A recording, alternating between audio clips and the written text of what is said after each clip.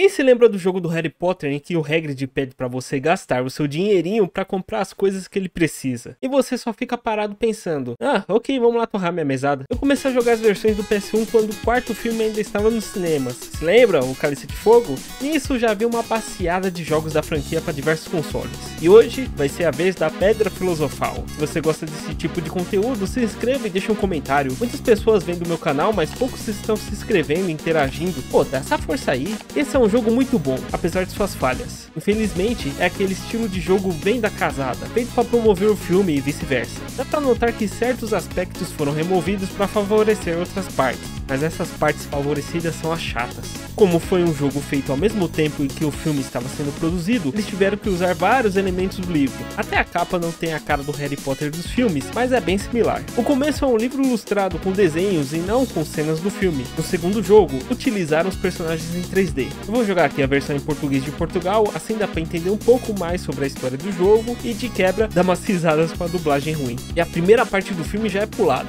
Não tem trem, não tem treta com os familiares e já vamos direto pra Hogwarts com o Dumbledore bem sem noção que não fala nada com nada. Fica ainda mais engraçado na versão em português. Cretino, gorduroso, restos, mudanças. São 4 palavras maravilhosas, não achas? Eu acho que o grande problema desses jogos da era do PlayStation 1 é que quando tentavam fazer algo fotorrealista, o resultado era desastroso. Principalmente por causa do PS1 não ter tantos polígonos e quando renderiza eles, não ficam de uma maneira reta. Podem notar que só os desenhos e o Harry Potter em si são decentes. O resto da molecada e os adultos são esquisitos e tortos. As mãos até que dá pra passar, porque, óbvio, quando a gente vê o personagem, prestamos mais atenção na cara, não na mão. Passando por essa estranheza, o resto do jogo me traz a mesma sensação de quando eu jogava. O começo no castelo é divertido, apesar de ser um caminho linear, ou seja, não dá pra ter toda a liberdade das versões de PS2, por exemplo. Somente em alguns trechos específicos, que é pra coletar alguns feijõezinhos perdidos e pegar cartas de bruxos, que são os colecionáveis do jogo. Eu revi o filme para ter as memórias frescas na mente e fiquei comparando com o jogo para saber o quão fiel ele era. E os caras tinham um abacaxi nas mãos. Como eles tinham pulado nos 40 minutos de película, no meio disso tudo, não tinha muita história pra contar. Se fosse pra seguir a risca, não teria muitas horas de gameplay. Então, como contornaram isso? Com muitas masmorras e exploração do castelo. E boa parte do jogo vai ser assim, pra coletar feijões de todos os sabores e conversar com seu Manuel quase sem cabeça. Meu nome é Nick quase sem cabeça e sou o fantasma da equipa de Gryffindor. Olha para a altura desta sala. Tens mesmo de ir até lá acima para poder sair. Uma hora ou outra a gente interage com o moleque, só pra não ficar repetitivo. Mas o grosso do jogo é masmorras e flipendo. Ah, sim, muitos e muitos flipendos.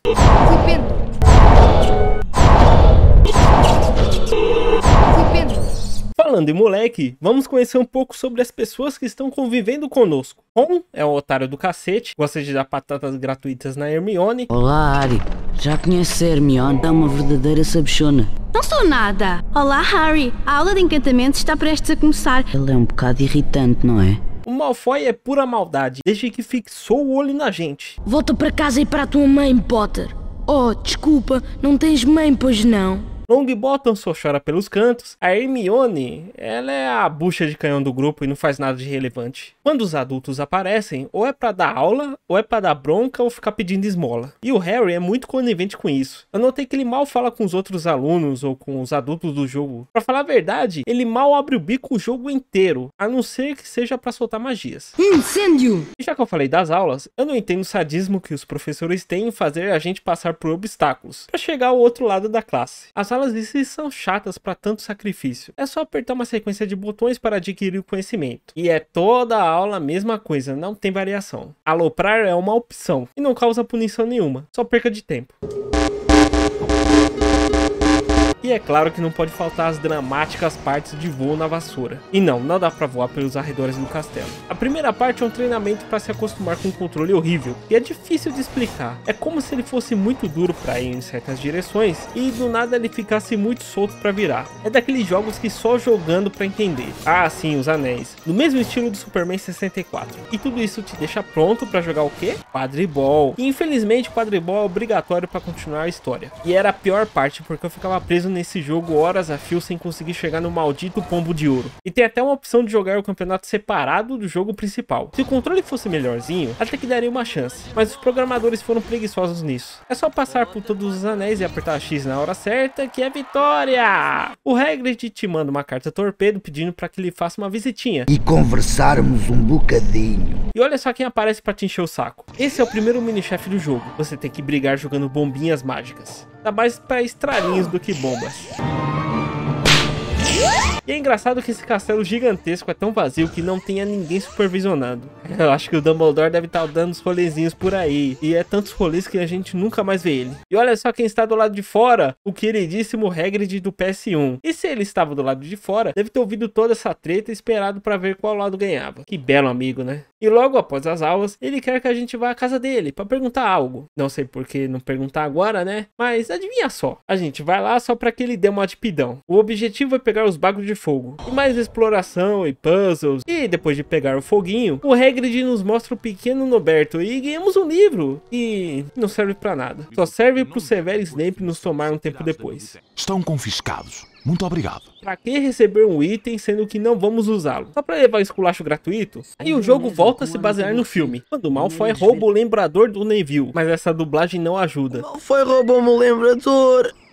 Eu fugi com ele para os terrenos. Então Longbottom foi fazer de queixinhas. E agora eu noto a satisfação de dar tanta porrada no Malfoy. A professora McGonagall vê toda a sua habilidade de porrador e te convida para participar do quadribol imediatamente. E todo mundo te parabeniza. E o Hagrid me assusta cada vez mais com esse sotaque. Cabana para te dar uns grandes parabéns.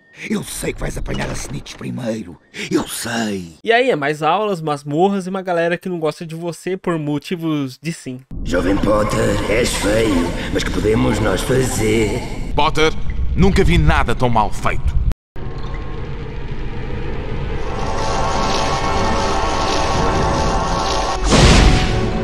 Por que ele não jogou esse poder todo no Harry pra matar ele de uma vez? Depois de mais masmorras, encheção de saco e uma corridinha, chegamos na cena do corredor proibido. Há coisas no corredor proibido que não são para os olhos de meros rapazes como tu. Que de corredor não tem nada, já que são várias salas. E o melhor é que eles mesmos falam que a punição vai ser severa. Tem a minha autorização para tomar as medidas mais severas que achar necessárias. Intruso! Intruso no corredor proibido! Acaba sendo só uma bicuda na bunda. E aí chegamos na cena do espelho, troll solto no banheiro, a chatice do quadribol. Harry Potter! E rolê no Gringotts. Ah, sim, Gringotts. O banco com o chão deslizante. Apesar de parecer muito fácil, foi irritante quando eu era moleque. Irritante também aos minigames de coletar moedas. É preciso pegar todas para ganhar os cromos e chegar aos 100%.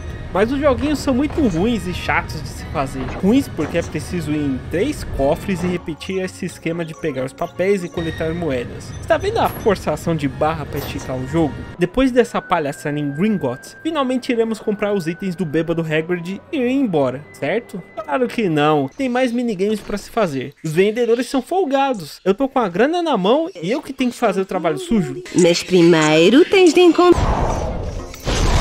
Os feitiços mal lançados vão destruir a minha loja. Devo avisá-lo para nunca usar a sua varinha contra um pavão. Pode magoar-se. E eu que pensava que era um feiticeiro responsável. Disse-lhe que nunca usasse a sua varinha contra um pavão. Depois do Hagrid se entupir de cachaça, voltamos para Hogwarts, onde tem aquela cena do dragão e da família Weasley levando ele embora. Em seguida a Floresta Proibida, e voltamos a seguir o filme. A floresta é um lugar perigoso. E eu vou te largar sozinho, boa sorte aí. E a parte da floresta não tem segredo, é um caminho só. Queimando florestas, matando tartarugas de fogo, até chegar no seu Nêmesis e...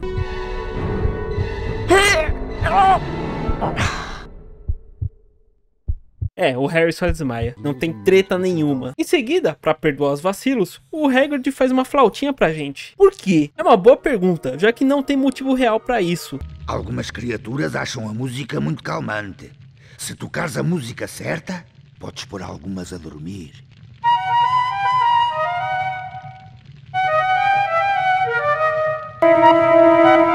Estamos no final, mas antes de eu ir, eu dei uma checada no castelo para ver se faltava algum item, já que é um daqueles jogos que se você passar por um colecionável, não tem como voltar atrás. Se lembra de Gringotts? Eu joguei e nem fiz questão de fazer jogadas perfeitas. Os cromos ficaram por lá, precisava pegar todas as moedas para ganhar o cromo. Se você gosta de fazer 100%, já era, a não ser que você tenha salvado anteriormente em outro slot. E chegamos nos finalmente. A cena é mais ou menos parecida com o do filme, mas aqui você toca a flauta, enquanto que no filme a música já toca sozinha em uma harpa. Temos a parte das plantas, onde você queima tudo que vê pela frente, pegar a chave com a vassoura, que é incrivelmente fácil. Engraçado que o jogo de quadribol tava mais complicado. O xadrez de bruxo, que me fez travar quando era moleque,